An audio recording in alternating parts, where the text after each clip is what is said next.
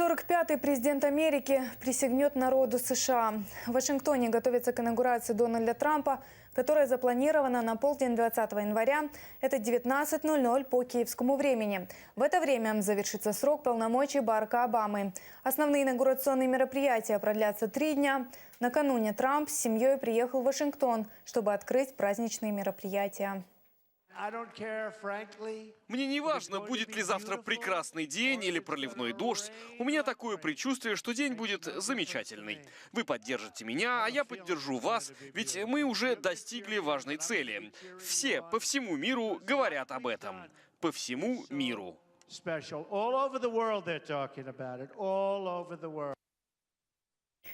Массовые акции протеста накануне инаугурации прошли в разных уголках Америки.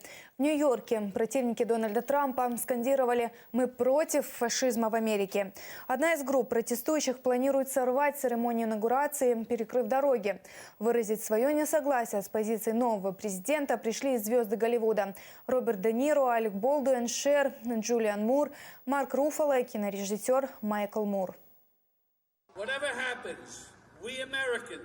Что бы ни случилось, мы американцы, нью-йоркцы, мы патриоты. Мы будем едины в наших правах и правах наших сограждан.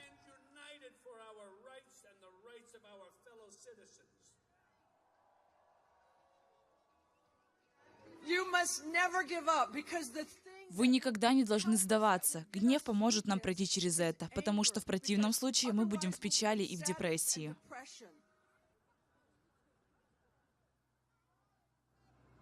Well, now it's time for us to build our movement.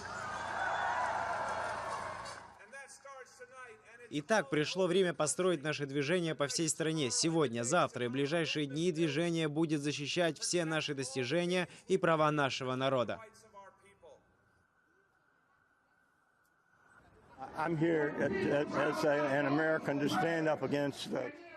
Я здесь, чтобы встать против сумасшествия, которое начнется завтра вместе с принятием присяги Дональда Трампа.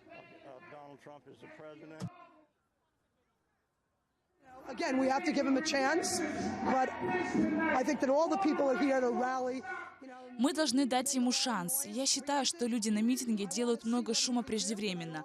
Я хочу посмотреть, что он сделает, но он должен знать, что не сможет добиться перемен, издеваясь над людьми. Изменения к лучшему должны быть для всех людей, а не только для избранных.